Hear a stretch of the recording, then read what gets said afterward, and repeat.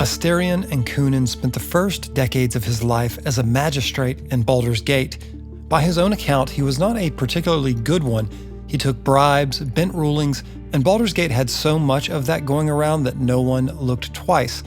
In 1268 DR, a ruling he handed down as magistrate angered a mob of Gur, a nomadic people with a long history of monster hunting, who attacked and beat him nearly to death in the street. A vampire lord named Cazador Sar appeared, offered him survival, and Astarion begged him for it. His desperation and the desire for revenge on the Gur pushed him into the vampire's waiting embrace.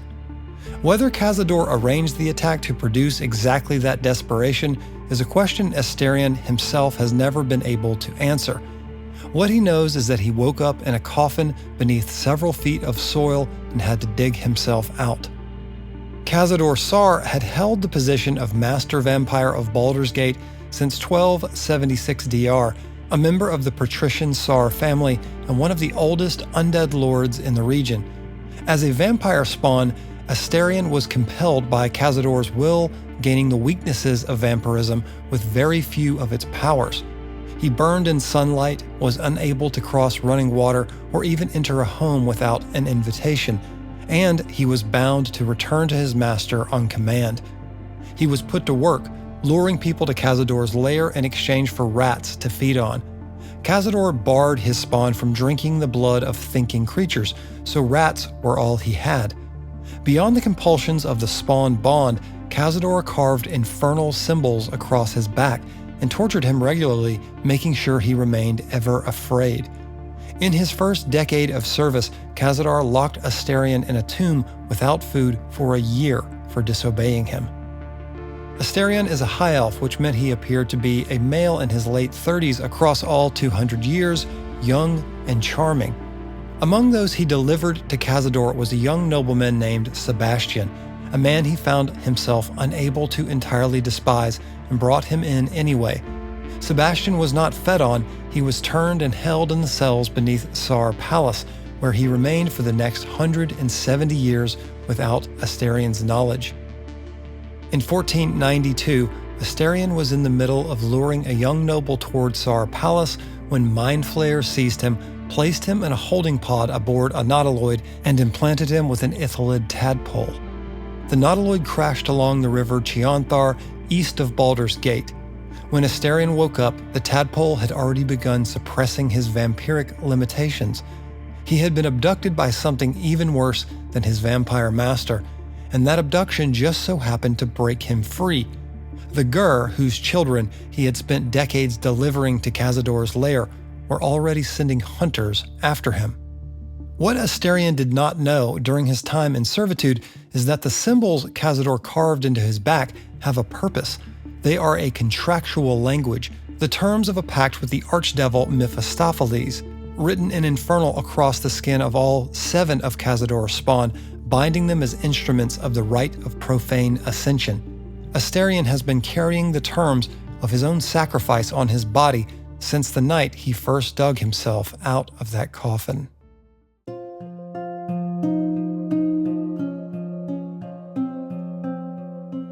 Wyll Ravengard is the only son of Ulder Ravengard, Grand Duke of Baldur's Gate and one of the most powerful men in the city. He grew up watching his father work the councils of Baldurian governance and spent his childhood in the practice yard rather than the drawing rooms. His father had a clear plan: the Flaming Fist first, then governance, then the family name carried on with the discipline that had always defined it. But Wyll had his own plan, which was to be the kind of man who solves problems rather than administers them. At 17, his father left for El Tyrell to settle a dispute.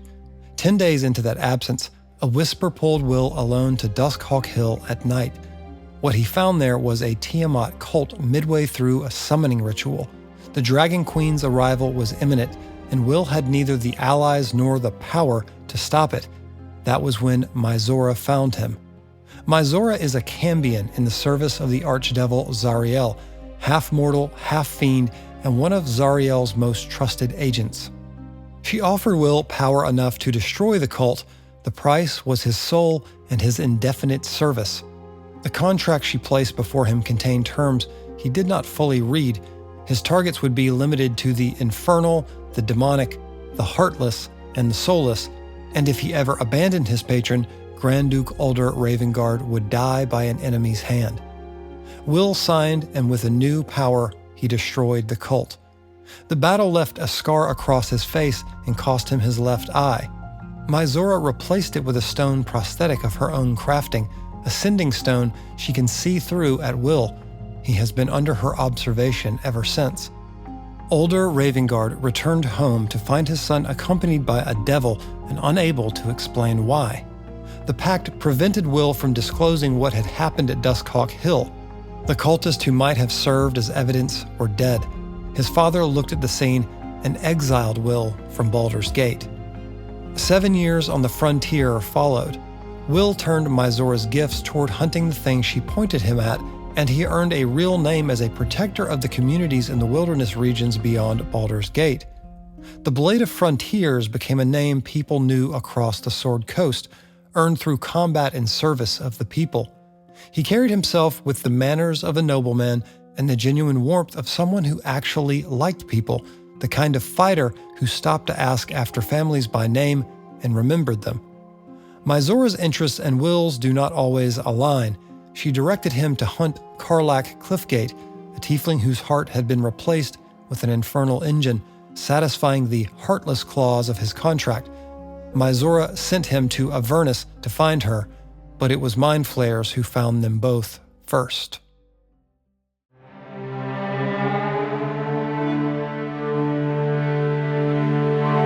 Karlach Cliffgate grew up in the outer city of Baldur's Gate. Her mother fell ill and died. Her father was killed in a road accident on the Risen Road. She found work as a bodyguard for Enver Gortash, a young man who would become the Chosen of Bane. At this time, he was working his way up through the city's underworld with great ambition. In 1482 DR, Gortash sold Karlach to Zariel, the archdevil ruler of Avernus, to fund his climb. Karlach is a Zariel tiefling, which means she carries Zariel's infernal lineage in her blood. The archdevil who bought her is, in the most distant genealogical sense, her ancestor. Zariel had Karlach's heart surgically removed and replaced with an infernal engine, a hellfire-powered device designed to test the limits of machine and soldier, and to serve as the prototype for the mechanical steel watch constructs Gortash would eventually deploy to patrol Baldur's Gate. She spent 10 years fighting the Blood War under Zariel's command. She became one of Zariel's most prized soldiers, slaying demons and earning the title Demon's Bane. Her right horn was broken during those years of combat. She tried to escape multiple times and failed each time. Throughout it all, she was alone, surrounded by devils and demons, with no one who offered any comfort and nothing from home that could reach her. A decade of the Blood War made her an authority on fiends, their hierarchies, their tactics, and their weaknesses. She learned all of it through necessity, surviving each day of a war she had not chosen and had no way to end. In 1492, when the Nautiloid passed over the battlefield, she ran for it. A warlock intercepted her, sent to hunt her under a false contract, though she had no way of knowing that, and the two fought briefly as she made for the ship. Both were captured aboard and implanted with tadpoles. Zariel immediately sent agents to retrieve her. The infernal engine in Karlach's chest malfunctions outside the Hells. On the material plane, it overheats, burning Karlach from the inside. The engine was built for Avernus and cannot be fully stabilized in Faerun. Though she wants nothing more, she cannot even touch another person without burning them.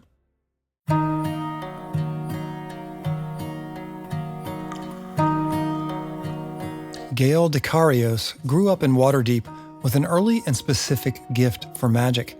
Not just the mechanics of spellcasting, but a feel for the weave itself, the invisible fabric of magical energy that runs through Faerun. He describes composing spells the way a musician composes sound. His enrollment at Blackstaff Academy was a formality. His advancement there was rapid and occasionally catastrophic, attempting to use the legendary Blackstaff to to open a portal to his dormitory, he ended up in Limbo instead, where a death slod was waiting. An archmage, fortunately, pulled him out. His talent drew the attention of Mystra, the goddess of magic. Mystra is not simply a divine patron of the arcane, she is the weave. The two are inseparable. Every spell cast in Faerun draws from an extension of her own being. She approached Gale personally, made him her chosen, and granted him access to the weave at a depth no mortal wizard reaches through study alone. Their relationship became intimate. For a period of years, Gale de Carios was the lover of a goddess. When Mystra eventually told him to be content with what he had, Gale looked for another way to impress her. He found a Netherese tome, an ancient text from the fallen empire of Netheril sealed inside a pocket of astral plane. Within it was a fragment of raw weave cut off from Mystra during Karsus's folly, the moment when the arch-wizard Karsus attempted to steal Mystra's divinity outright and collapsed an entire civilization in the attempt. The fragment had been suspended outside time, outside Mystra's awareness for centuries. Gale intended to return it to her. When he opened the tome, it embedded itself in his chest. The orb feeds on enchanted items. Unfed, it builds toward detonation with the force to level a city. Mystra severed contact immediately. Gale retreated to his tower in Waterdeep, where he spent the following years managing the condition alone, consuming one magical item after another. He is not, by nature, a reclusive person. He writes poetry, keeps a well-stocked wine cellar, and approaches cooking with the same passion he applies to spell work. This isolation wore on him. His one companion, who kept him from being completely alone, was Tara, a tressum he conjured in childhood when his parents refused him a real cat, and who had been with him ever since. He was in Waterdeep when the Nautiloid and the Mind Flayers came for him.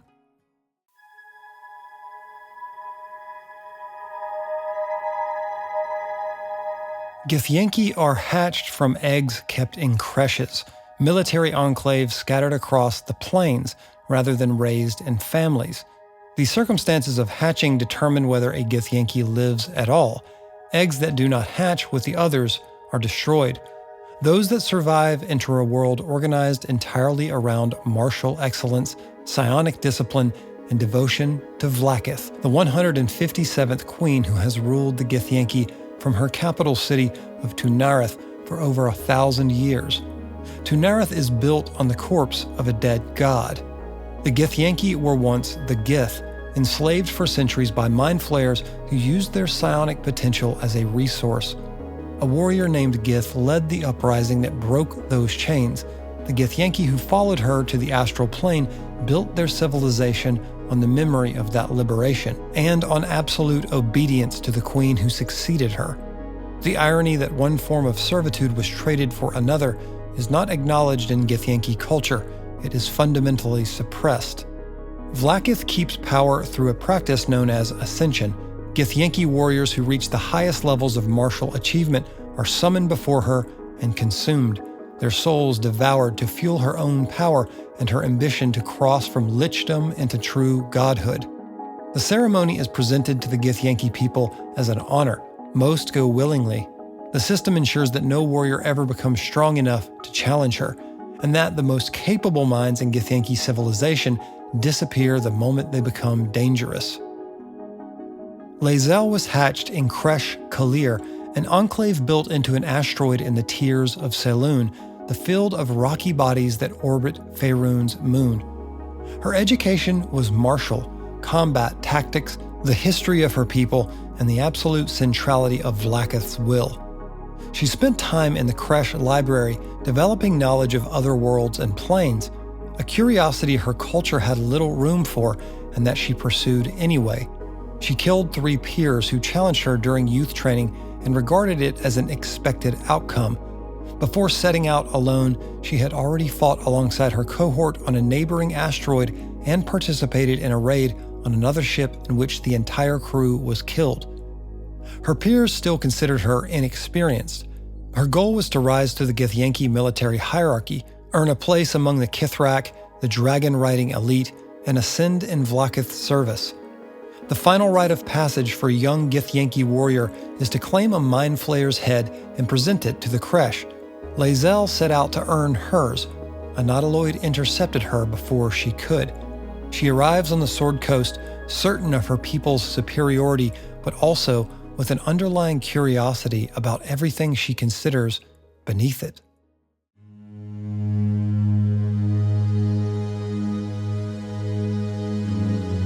Genevieve Hallowleaf was born to Selûnite worshippers who raised her in the forests outside Baldur's Gate. Selûne and Shar are ancient rivals, the goddess of the moon and the goddess of darkness, sisters divided since the earliest age of the cosmos. Genevieve was a child of one and was taken by the other. When she was young, she underwent a Selûnite rite of passage, finding her way home from the woods alone.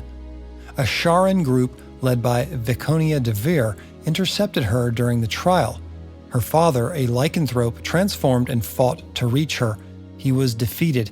Genevieve was taken to a cloister of Shar in Baldur's Gate, renamed Shadowheart, and raised from childhood as a cleric of the Lady of Loss. Her parents were kept as hostages within the same church. Over the years, the Sharans had her practice their methods on them: trickery, interrogation, torture. Her own parents used as training material. Inside the cloister, she found one genuine friendship, a fellow acolyte named Nocturne, her only real companion in a place built to discourage such things. She also kept a mouse secretly against the cloister's rules and named it Nibbles. When the Mother Superior found out, she made Shadowheart dispose of it publicly as an example to the other initiates. The memory of that night of her capture in the woods was altered. What Shadowheart carries is an altered version shaped by Sharan ritual, a wolf pursuing her through the trees, frightening and hostile, the Sharans arriving to save her. The wolf was in fact her father. The fear of wolves she cannot explain is the last trace of what was done to erase him. A wound on her right hand causes her pain when she strays far from Shar's doctrine.